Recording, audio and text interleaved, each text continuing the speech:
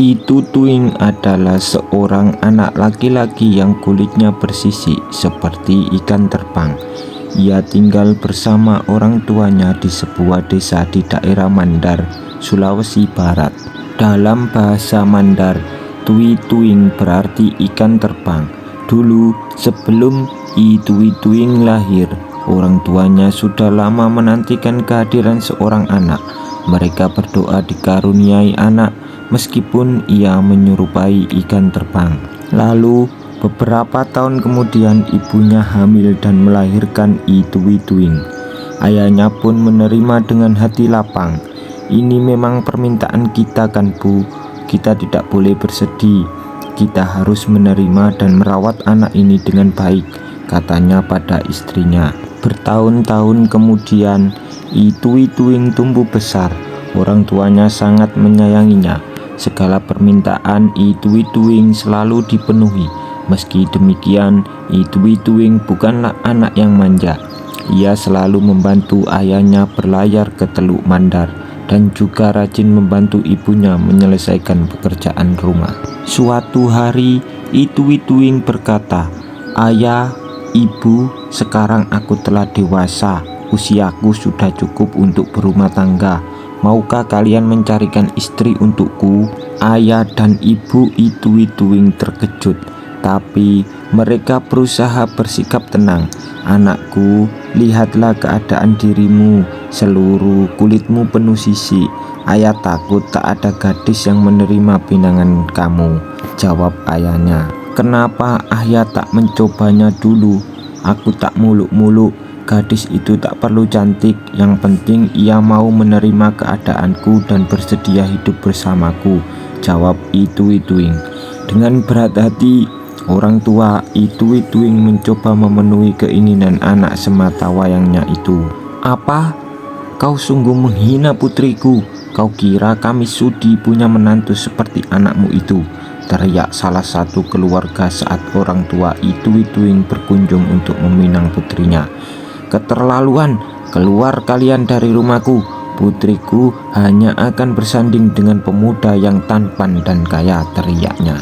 Seharian itu, orang tua I Tui Tuing mendatangi setiap rumah yang memiliki anak gadis. Namun hanya hinaan dan cercaan yang mereka terima. Dengan putus asa, mereka pulang ke rumah.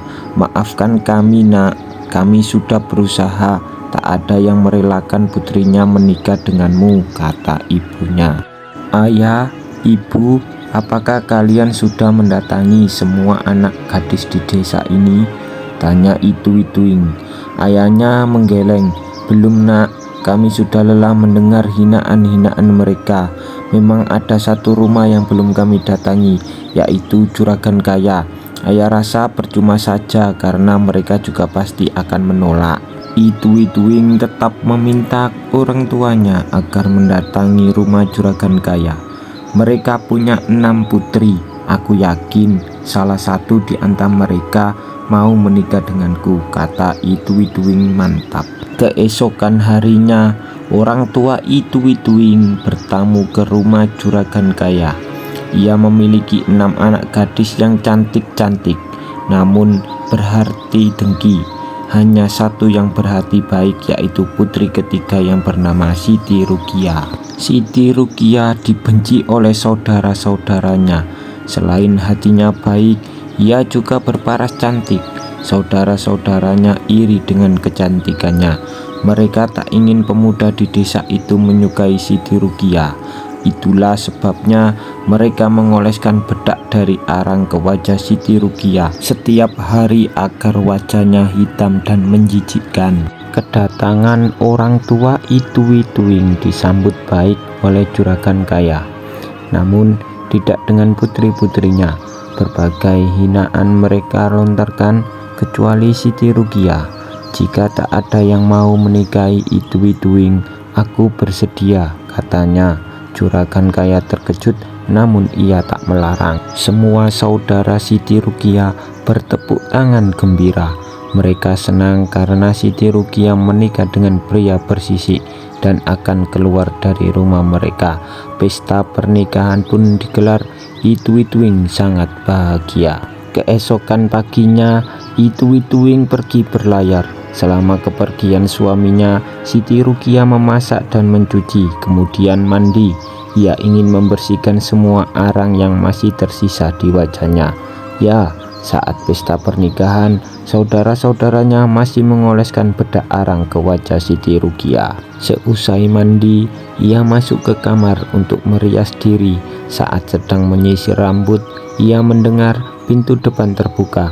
"Siapa itu?" tanyanya sambil melangkahkan keluar.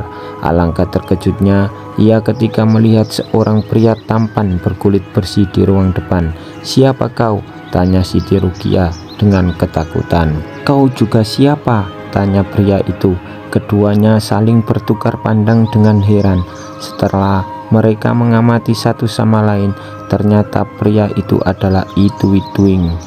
Kulitnya sekarang halus dan tak bersisik. Rupanya keajaiban dari Tuhan telah menghilangkan sisik di kulitnya. "Selama ini aku bersisik karena orang tuaku meminta kepada Tuhan untuk dikaruniai anak. Meskipun bersisik seperti ikan terbang, namun setelah menikah denganmu, sisik itu hilang."